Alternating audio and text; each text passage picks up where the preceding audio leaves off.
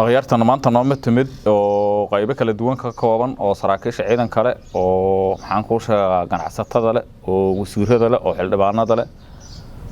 يحلبان كفترة الكواد يسود ويننا رام حسد دنا هاي دمان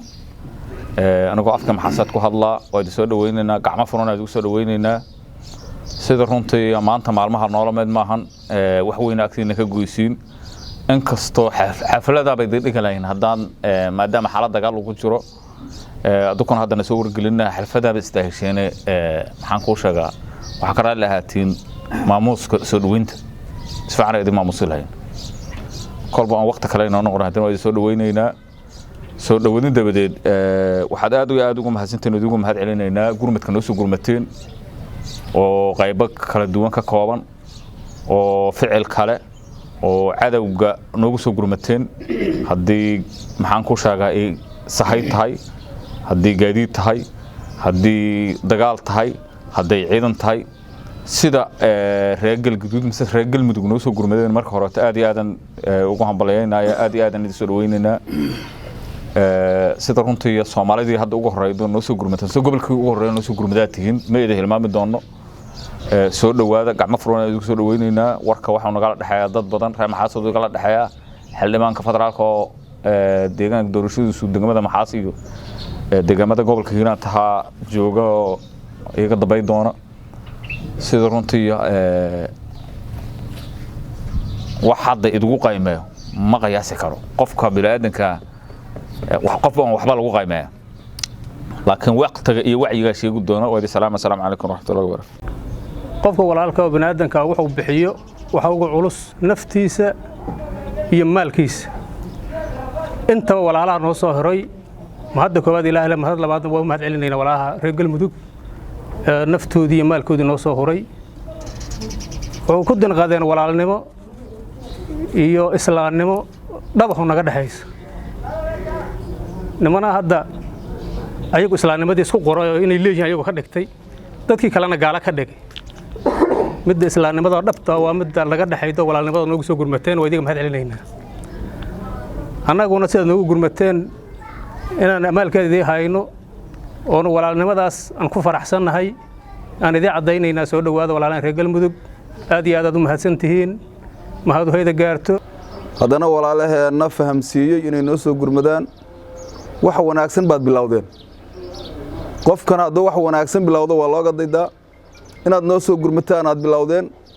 dad badan hadda mugaad bilowdeen kadib dhaqdhaqaaq muujina waa arkayna aad baad u mahadsantiin wadiga mahad celinayna dadka waxa jira walax oo shar u qabo laakiin qayr ah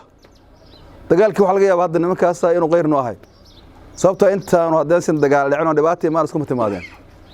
ilaahay baa mahadle isagana Allah naga dulqaado adukuna aad baad u mahadsantiin rag wuxuu isku dhibaa waa mahbaalin maanta xagga haday ka dhacdo tan oo kale waa tagaynaa insha Allah ta'ala waa mahadsantiin assalamu alaykum warahmatullahi wabarakatuh waxaan u mahad celinaynaa nimanka walaalahayna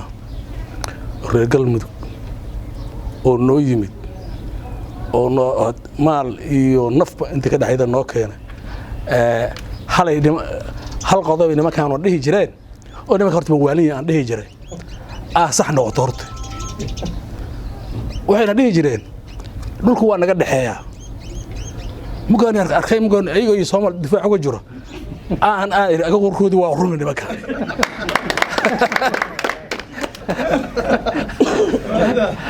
ya marka walaaltinimada horta gurmadka waa isku lahayn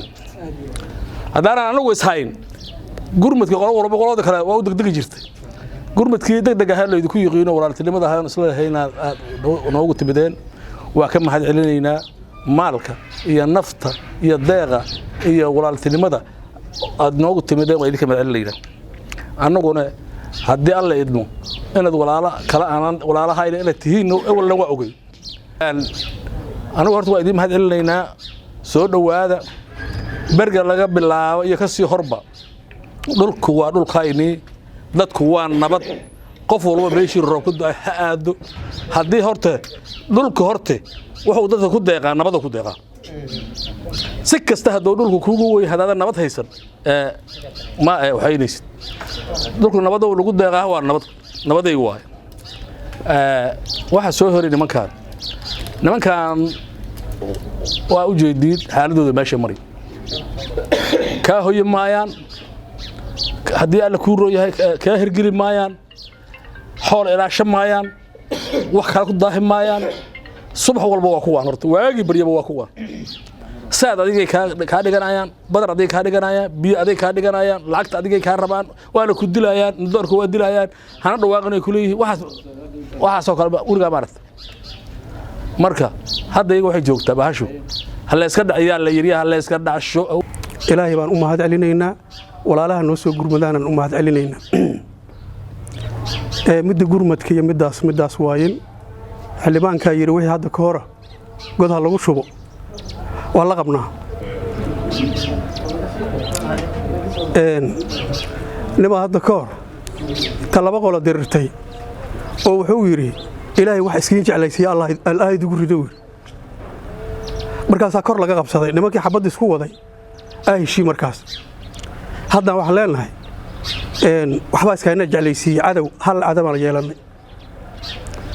ilaahay waxaan ugu baryaynaa in cadowgaas ilaahay naga dulqaado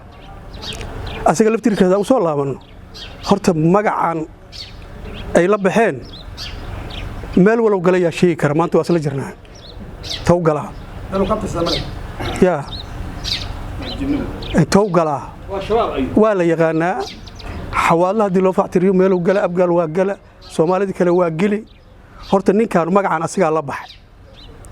aan isweydiin horta inta uu gala meel uu gala ma hayno dad marka meel uu gala aan la hayno umadaan oo laandheera oo wax walba ah inay soo dhax roogsadaan ay yiraahdaan muslim ma tiid waa lagu dilaa adiga xoolaagana waa la dhaca in raali noqonnaa marka intaas raali waxaan ka gilgilan intaas waay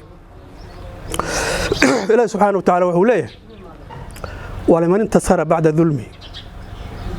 qofka markii la dulmiyo kadib aarsada inama sabiilu ala kuwaas wada ma ahan inuu leeyahay lagu gardareysto oo markii lagu dulmiyo maxaad u aarsatay wada korkooda lagu yiraaho ma ahan xagay jirtaa markii inama sabiilu ala alladhina yadlimuna an-nasa ويبغون في الأرض بغير الحق أولئك لهم عذاب أليم إلهي سبحانه وتعالى ليه annaga waana la gardareysay markiina la gardareysay kadib aan arsadoo hayna wada korkayna ma ahanin marka wadadii waxa waayeen kuwa dadka dulmiyay naasa la yiri ogow yaa ayu alladina aamanu ma waxa la yiri kuwa dadka dulmiyay yaa la yiri dadka mugil yiraane musliya gaalba waa lagu jiraa بغير حقي هذين دول كسعدان إلهي وحول مرك أولئك كواس اللهم عذاب أليم من إليه أنا أيد غيب توران كلام نهاي مسلم للدلميان نهاي وأنا أرسدوا هاينا مرك هير دون هدي إلهي هذا أيقون آيات دمشق دم بيكليه